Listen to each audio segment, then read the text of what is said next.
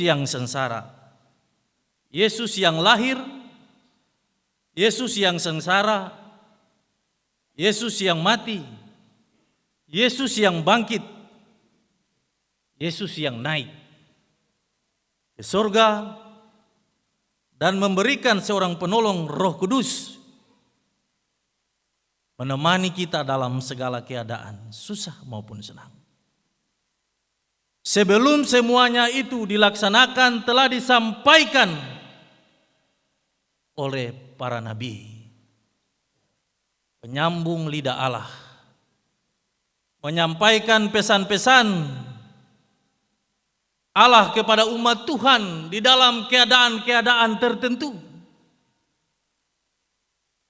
Dan setiap nubuatan itu kemudian menjadi pegangan, diceritakan setiap waktu di tengah-tengah perjalanan kehidupan orang Israel Yahudi.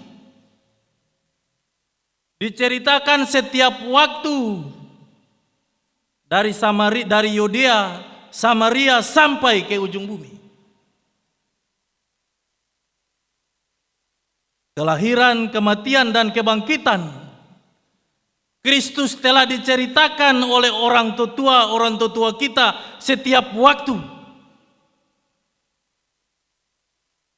Sebab mereka percaya bahwa Allah di dalam Kristus di waktu yang lalu disebut sebagai Isa Al-Masih itu adalah Allah yang hidup, Allah yang telah menjadi manusia, memberi keteladanan bahwa hidup di tengah-tengah dunia ini adalah sebuah penugasan.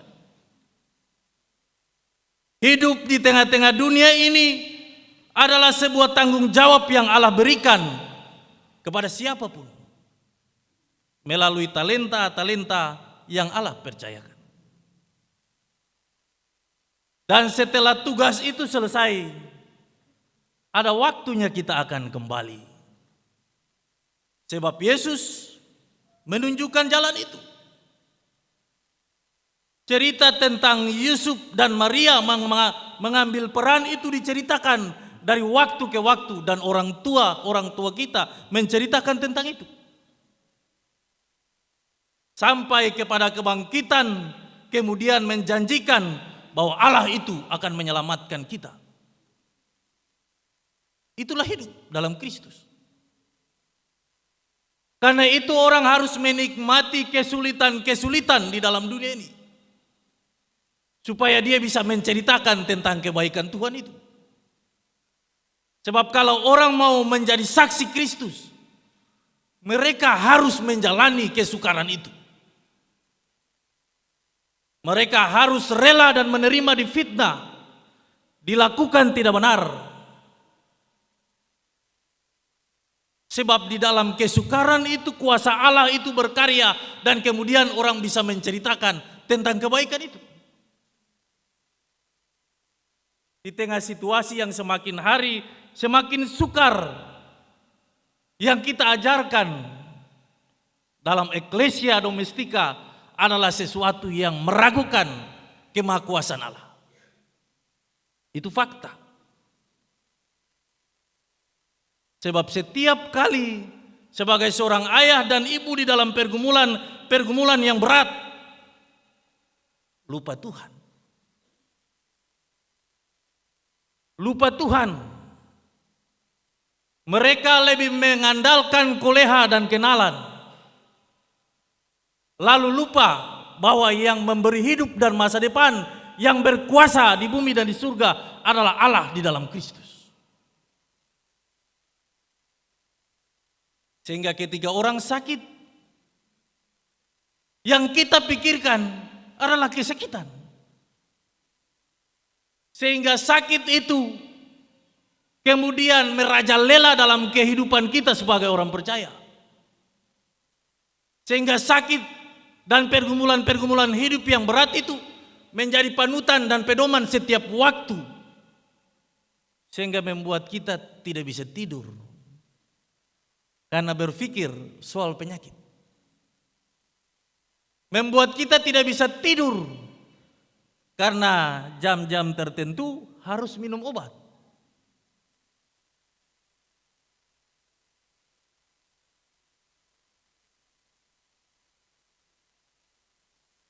Apa yang dilakukan oleh seorang suami dan istri beriman akan menjadi teladan bagi anak cucu di tengah-tengah kehidupan keluarga.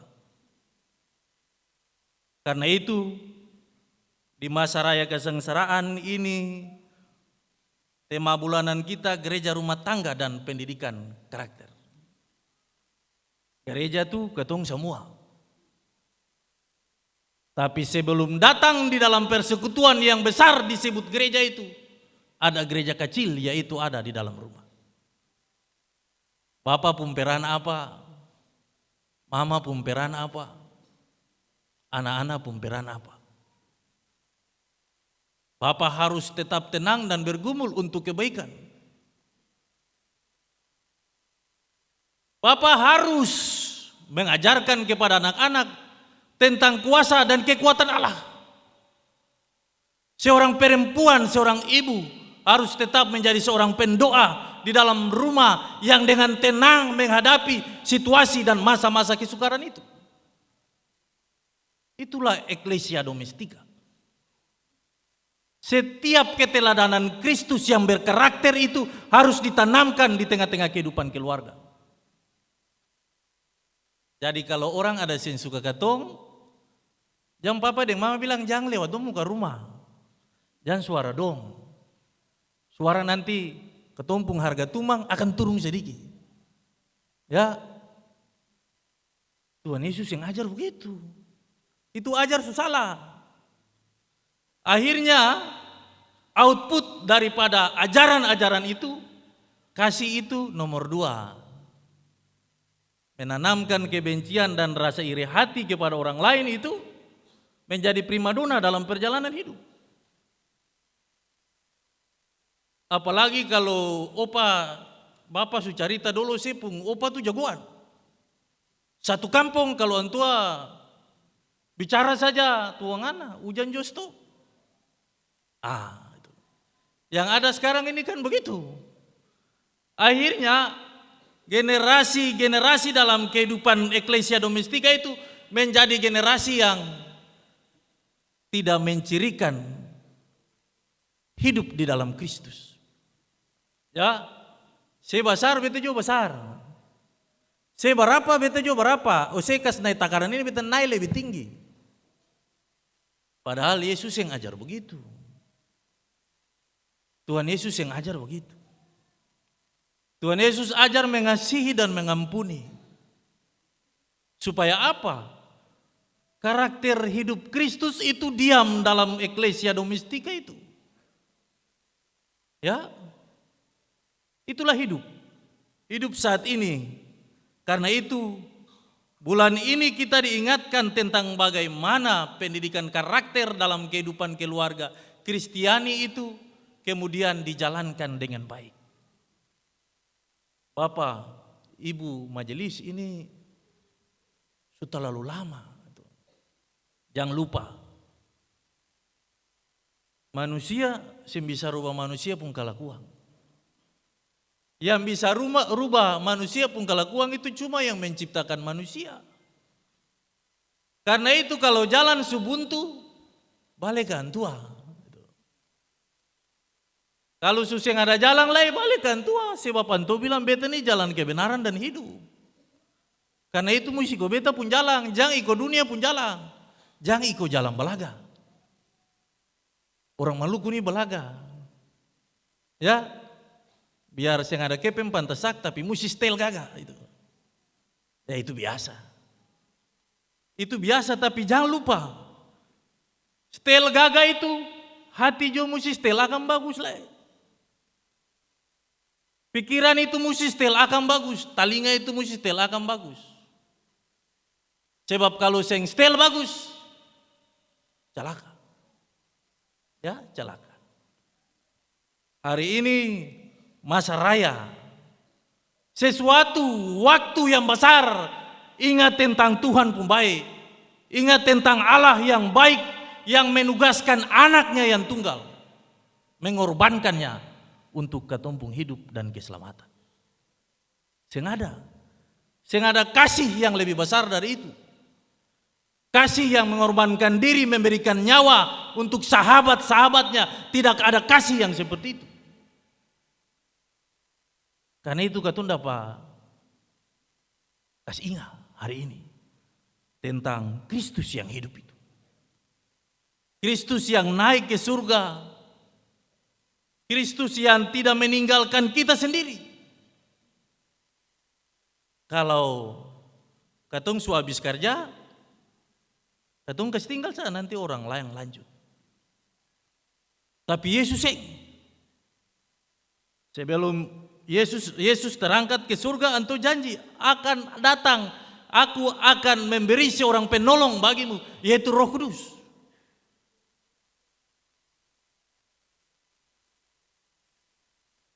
Karena itu waktu naik itu antu pun waktu tugas sudah selesai.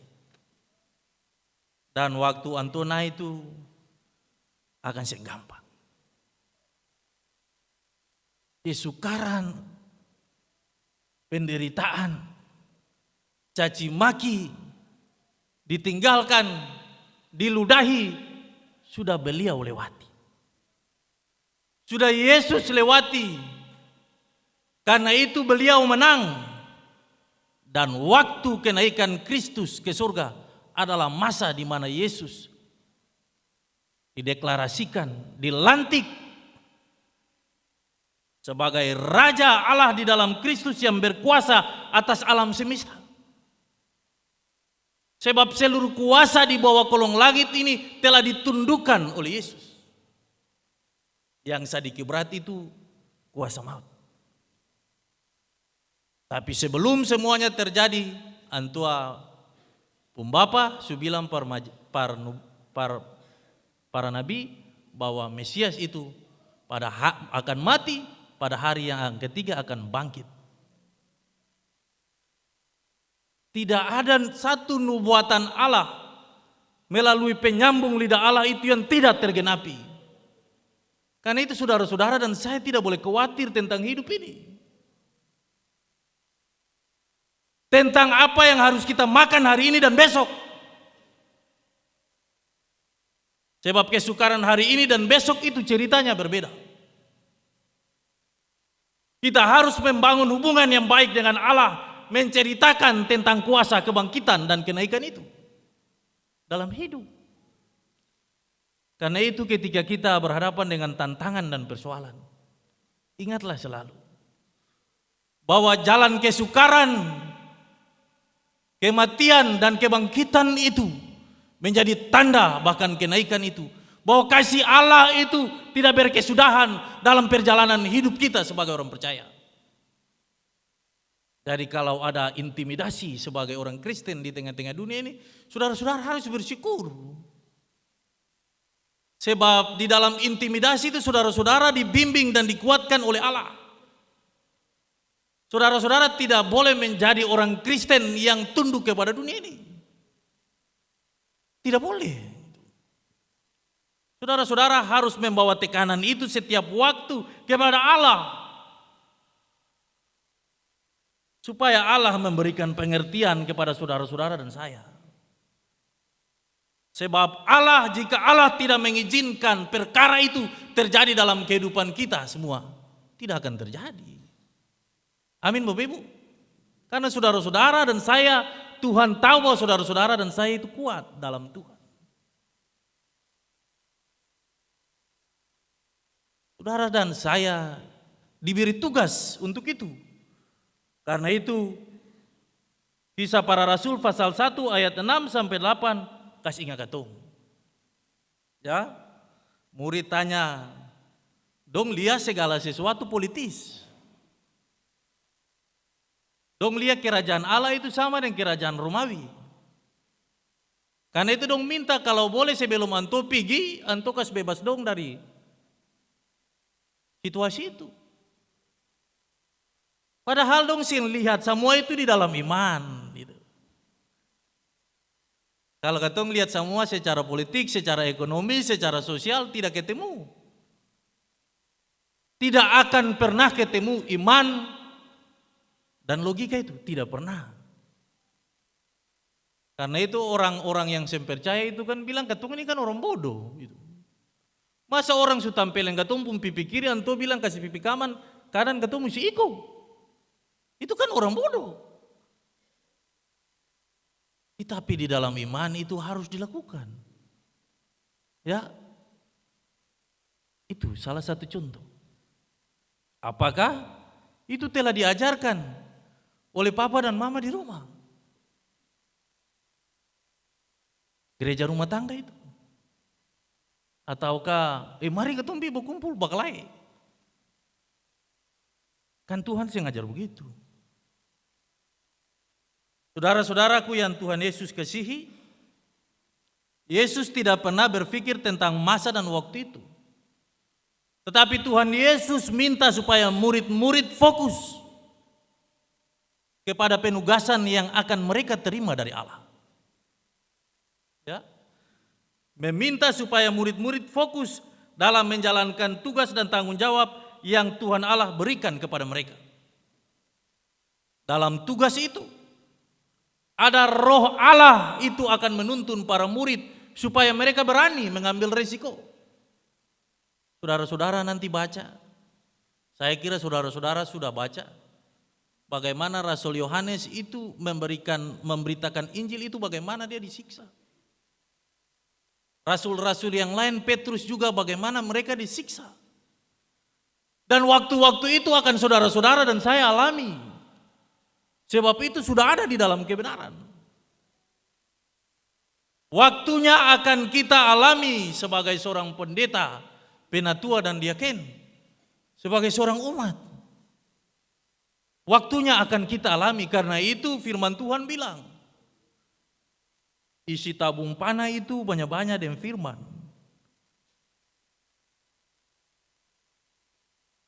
Firman Tuhan bilang bagaimana mendekatkan diri berjumpa dengan Allah di dalam roh itu.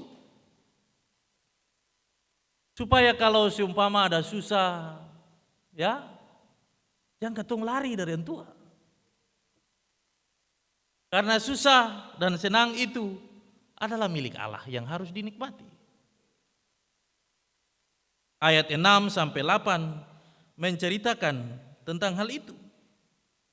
Ayatnya yang ke-9 memperlihatkan bagaimana Allah di dalam Yesus itu dimuliakan setelah dalam kesetiaan melaksanakan tanggung jawab. Karena itu jangan lupa bahwa katong sekarang ini ada bekas tugas. Katong tinggal di dunia ini hanya sementara. Dunia ini bukan tempat tinggal orang percaya. Dunia ini tempat kita diberi tanggung jawab untuk bersaksi tentang kuasa kekuatan Allah yang mati, bangkit dan naik ke surga itu. Tempat ini bukan tempat kita bersenang-senang. Sebab sekarang ini orang kan banyak cari senang. Cari senang itu mesti cari dalam Tuhan. Sebab dunia dan perjumpaan-perjumpaan, panorama-panorama, perjumpaan-perjumpaan dengan koleha-koleha itu hanya sebatas. Setiap hari kalau ketong 6 orang ini baku dapat di rumah dengan waktu tempat yang tertentu juga bosan lagi.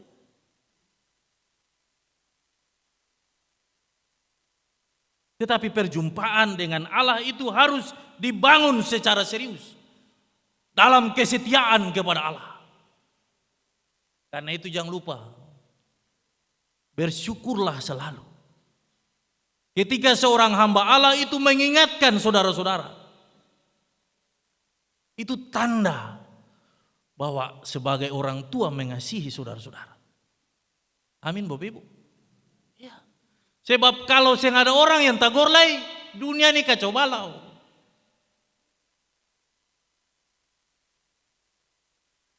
Dan yang menegur itu, konsekuensi daripada menegur itu ada.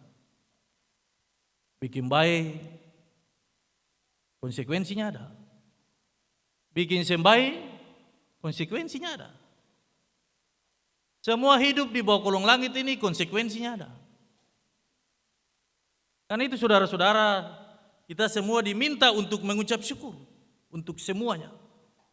Laksanakan seluruh tugas itu di dalam kesetiaan, dalam jabatan, dalam tanggung jawab yang Tuhan berikan. Ingatan, di dunia ini tidak ada yang kekal. Tidak ada. Pangkat, jabatan, harta benda, kepercayaan itu Tuhan kasih. Dan di dalam tanggung jawab itu saudara-saudara harus menceritakan tentang Tuhan pun kebaikan. Jangan lupa itu. Supaya dari situ anak-anak dunia berberkat. Tapi kalau takut dunia ini, ingatan, semua itu pakai batas. Keputusan untuk hidup dan mengikuti jalan-jalan Kristus itu konsekuensinya saudara-saudara berhadapan dengan dunia ini. Dan Yesus Kristus itu telah menundukkan dunia itu dengan kuasanya. Karena itu saudara-saudara tidak boleh takut dan gentar terhadap kedahsyatan kekuatan dunia ini. Tidak boleh. Bagaimana saudara-saudara dan saya mau bercerita tentang Tuhan punya kebaikan kalau saudara-saudara takut? Takut itu cuma takut Tuhan saja. Ingatan, takut itu cuma takut Tuhan saja. Yang boleh takut dunia dan manusia. Tidak boleh. Sebab sedikit saja saudara-saudara kasih turun Tuhan pun kuasa, itu celaka. Tuhan itu lebih besar. Yesus suka kalah kuasa maut. Kuasa maut itu satu-satunya kuasa yang paling besar yang ada di dunia ini. Yesus kasih tunduk. Lalu jangan lupa bahwa ketika kita dibaptis di dalam nama Bapa, Anak dan Roh Kudus, Roh Allah itu diam dalam hati dan hidup kita. Bukan hanya menuntun kita untuk tahu mana yang baik dan mana yang baik. Bukan. Tetapi kuasa Allah itu ada dalam hidup kita bersama.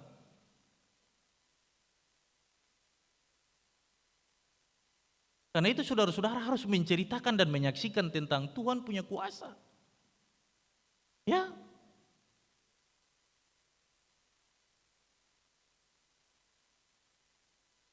Saudara-saudaraku yang Tuhan Yesus kasihi, ayat 9, Tuhan Allah dimuliakan dalam Kristus. Ayat 10 sampai 11, domba kudapa deng. Orang yang berjubah putih dalam tafsiran itu bilang malaikat. Ya. Allah datang berjumpa dengan setiap orang manusia itu dengan cara Allah sendiri. Karena itu kita juga hendak diingatkan bahwa pesan-pesan yang Allah berikan melalui para pelayan, tetapi juga nubuatan-nubuatan yang lalu itu bukan hanya sekedar cerita yang harus diceritakan dari waktu ke waktu. Tetapi di dalam cerita itu ada kuasa Allah yang harus kita saksikan dalam perjalanan hidup sebagai orang percaya. Malaikat bilang jangan ke atas. Yang itu supigi, tugas su selesai. Lalu ale dong pun tugas ini baru mau dilaksanakan. Dari Galilea, Yudea, Samaria sampai ke ujung bumi. Itu para murid yang kemudian disebut rasul itu akan melaksanakan tugas ketika Roh Allah itu diam dan memberi kekuatan bagi kita. Bagi para murid, rasul dan kita semua saat ini. Karena itu ketika dalam perjalanan hidup sebagai orang percaya, kita diingatkan selalu bahwa Allah punya cara mengingatkan kita. Allah punya cara berjumpa dengan kita dalam situasi apapun. Karena itu saudara-saudara, jalanilah hidup ini di dalam pengharapan yang sungguh kepada Allah yang hidup itu. Saudara-saudara dan saya tidak boleh khawatir dan cemas tentang hidup ini. Baiklah orang yang sudah tua tetap meyakini bahwa firman Allah 70 tahun itu berkat. Lebih dari itu kesukaran. Susen dengar baik-baik, sing lia baik-baik. Tetapi saudara-saudara diberi waktu yang panjang itu supaya saudara-saudara cerita tentang Tuhan Allah punya kebaikan dalam pergumulan saudara-saudara. Tuhan kasih kurti. Tuhan kasih umur panjang. Dalam firman itu bilang kesukaran. Tadi disampaikan, saya dengar, berjalan dari sini sampai beberapa langkah, saya pikir-pikir, itu kesukaran. Tetapi di tengah-tengah kesukaran dan kelemahan itu ingatlah selalu bahwa Allah itu akan bersama-sama dengan saudara-saudara. Sebagai seorang pemuda dan pemudi, kita belajar dari saudara-saudara. Sebab baiklah sebagai orang yang sudah lebih dari 70 tahun, kalau masih bisa berjalan, pergilah dalam ibadah wadap pelayanan laki-laki dan perempuan.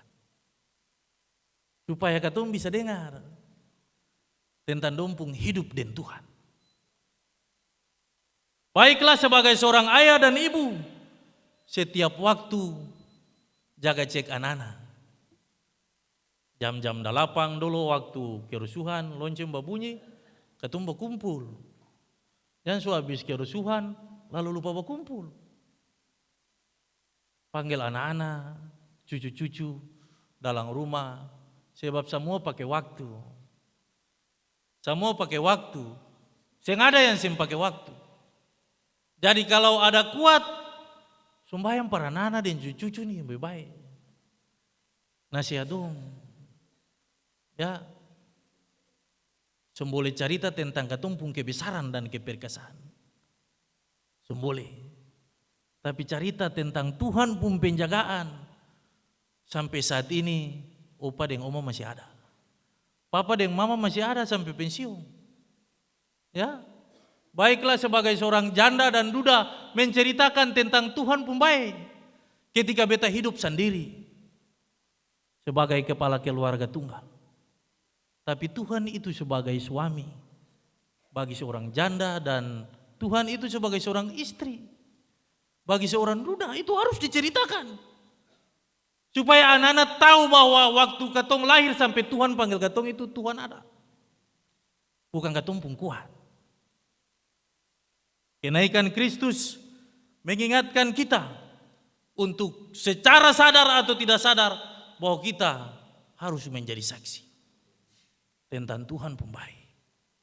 Ya, beta kemarin dapat informasi pastor ini sudah selesai. Itu semua karena Tuhan pun baik. Bukan ketua panitia dan teman-teman, ya, pun kuat itu.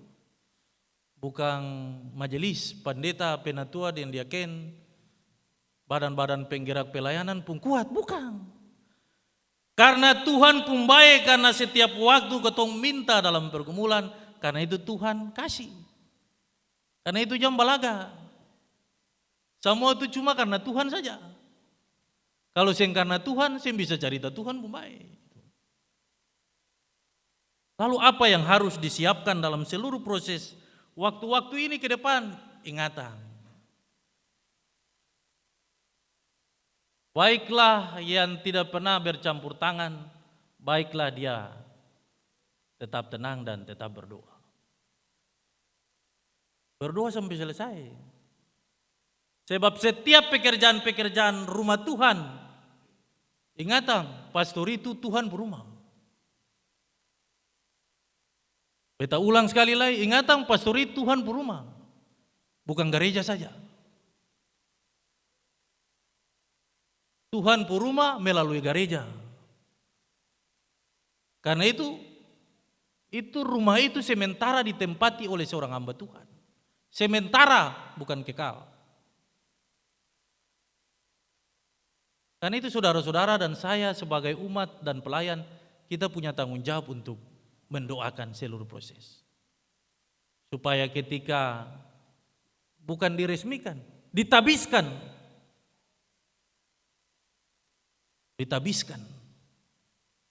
Karena ditabiskan itu saudara-saudara dan saya harus siap-siap diri. Ingat-ingat hati. Lalu siap mau masuk dapat berkat. Ingat ini, setiap kerja di gereja ini sekecil apapun pekerjaan itu berkat. Karena itu orang harus bekerja sama seperti para murid dan Yesus. bekerja di dalam tenang, dalam pergumulan dan kesetiaan. Setiap pekerjaan-pekerjaan yang dilakukan oleh seorang pelayan, di ujung dari cerita itu adalah berkat bagi umat. Jadi pelayan yang tidak mendoakan supaya umat itu memperoleh berkat, saudara-saudara harus tunduk di hadapan Tuhan dan bertanya, apakah semua itu baik bagi jemaat? Karena itu berdoalah supaya setiap hal yang dikerjakan ini mendatangkan sukacita. Ingatlah selalu, kasih Allah itu tidak pernah berubah, dahulu, kini, dan akan datang. Lihatlah saudara-saudara bagaimana Allah memerintahkan berkat. Setiap piring dan gelas dalam setiap rumah tangga akan dipenuhi oleh berkat-berkat Allah. Setiap orang yang meminta akan diberikan. Itu janji Allah.